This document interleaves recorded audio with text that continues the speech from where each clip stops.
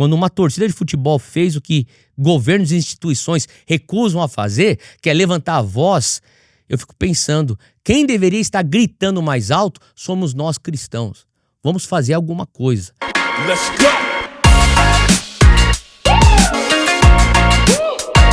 Fala galera, sejam bem-vindos a mais um episódio do podcast do Theo Hayashi. É isso aí, toda segunda-feira, episódios fresquinhos saindo aqui pra você. Hoje eu vou falar sobre um assunto muito atual e eu quero que você preste atenção porque é um assunto muito sério. Agora, antes de eu entrar no conteúdo de hoje, você que é novo aqui, dá pra gente uma curtida, dá um subscribe, se inscreva no canal e também comente, porque a gente quer saber aquilo que Deus vai falar com você através disso, e também compartilhe, porque eu sei que vai abençoar você e vai abençoar outras pessoas.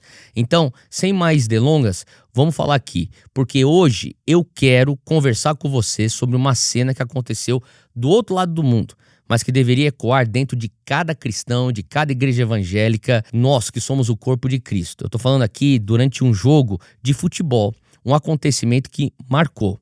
Foi no jogo da Romênia contra a Áustria, pelas eliminatórias da Copa do Mundo. E a torcida romena levantou uma faixa enorme com os dizeres "Defend Nigerian Christians". Significa o quê? Defendam os cristãos nigerianos.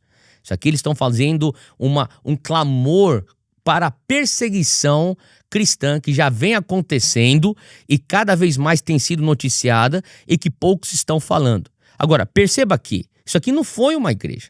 Isso aqui não foi um ministério que fez isso. Não foi nenhuma mobilização gospel. Foi uma torcida de futebol que pôs essa faixa. Isso foi um simples ato que gritou o que o mundo tem ignorado. Os cristãos, nossos irmãos, estão sendo martirizados e massacrados na Nigéria por sua fé. E nós não estamos vendo isso na medida como deveríamos ver nas mídias sociais ou nos noticiários. Uma torcida de futebol teve mais coragem do que governos. Você não está escutando chefes de Estado se pronunciarem acerca desses massacres e dessa violação tão criminal de direitos humanos. A gente não tem escutado a ONU falar sobre isso. A gente não tem escutado a mídia falar sobre isso. E de acordo aqui com a Sociedade Internacional para Liberdades Civis e Estado de Direito, só em 2025, mais de 7 mil cristãos foram assassinados por grupos extremistas islâmicos e milícias Fulani. Olha esses números. Isso aí dá uma média de 30 mortes por dia. Quem é que está falando sobre isso? Que veículo está noticiando isso? Uma morte por hora. São mais de 19 mil igrejas que foram destruídas desde 2009. Isso aí dá mais de 7.800 cristãos sequestrados apenas por confessarem o nome de Jesus.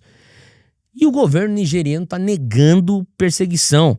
Diz que isso aí são apenas conflitos entre agricultores e pastores. E quais outros governos estão pressionando o governo da Nigéria para fazer alguma coisa? A gente sabe que o que está acontecendo aqui é um genocídio. É uma tentativa de apagar a fé cristã de uma nação inteira. E o mais assustador aqui é esse silêncio de instituições que, na verdade, deveriam reagir.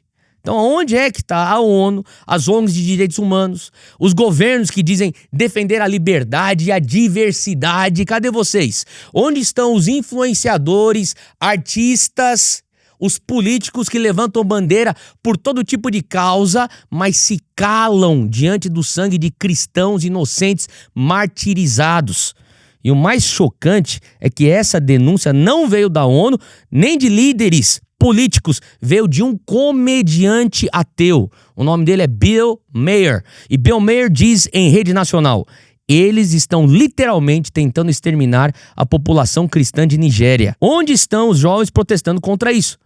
Não tá certo ele? Toda hora tem protestos contra injustiças sociais, mas contra esse genocídio não vai ter protesto? E quando um não cristão se levanta para defender a igreja, um não cristão ateu, enquanto governos, mídias e muitos estão se calando dentro da igreja, a gente precisa parar para refletir o que a Bíblia diz lá em Hebreus 13:3.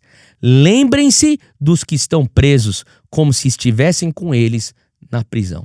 Antes estivessem presos, eles já estão sendo martirizados. A Bíblia continua dizendo em 1 Coríntios 12:26, se um membro sofre, todos sofrem com ele. Pois é, a igreja de Jesus, ela é um corpo. E se uma parte desse corpo está sendo mutilada, nós não podemos continuar vivendo como se nada tivesse acontecendo. É tempo de orarmos, mas é tempo de agirmos. A verdade é que a indiferença se instalou, tanto nas instituições quanto dentro da própria igreja. Isso revela um perigo espiritual, um perigo moral. Como diz um dos meus heróis da fé, Dietrich Bonhoeffer, o teólogo alemão morto pelo nazismo, ele fala: o silêncio diante do mal é o próprio mal. Não falar é falar. Não agir é agir. Então, meus caros, desde Estevão, lá em Atos 7, o primeiro mártir, até os dias de hoje, o sangue dos santos tem sido o preço da expansão do reino. Mas o que me preocupa é ver que nós, que vivemos num país, por enquanto, ainda livre, estamos desperdiçando a liberdade que eles dariam tudo para ter.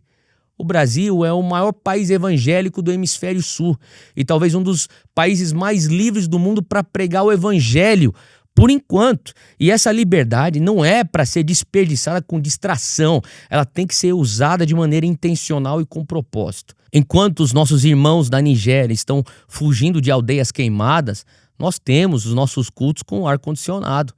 Enquanto eles estão adorando escondido, nós temos conferências transmitidas ao vivo. Pomos evangélicos na rua. E sabe o que isso significa? Que a nossa liberdade é um privilégio.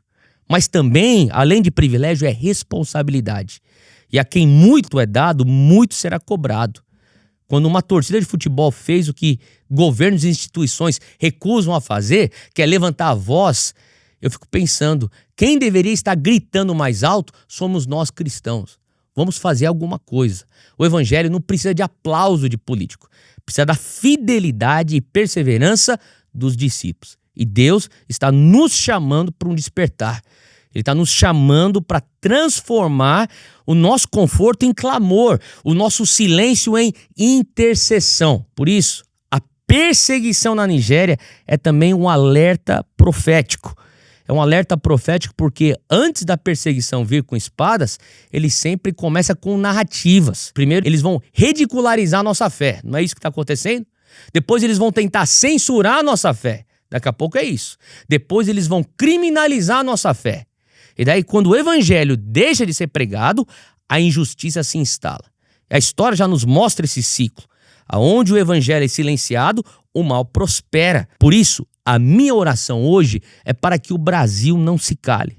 Que a igreja continue sendo voz. Que os governos e instituições deixem a hipocrisia e reconheçam que a liberdade religiosa é um direito do ser humano. Não é um privilégio político.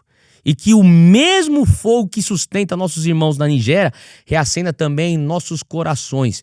E que essa geração não desperdice o que muitos estão morrendo para preservar: o poder do evangelho. Que você possa se posicionar e não deixar que o silêncio seja a sua resposta. Que Deus nos abençoe e que Deus tenha misericórdia dos nossos irmãos que estão sendo perseguidos. Let's go!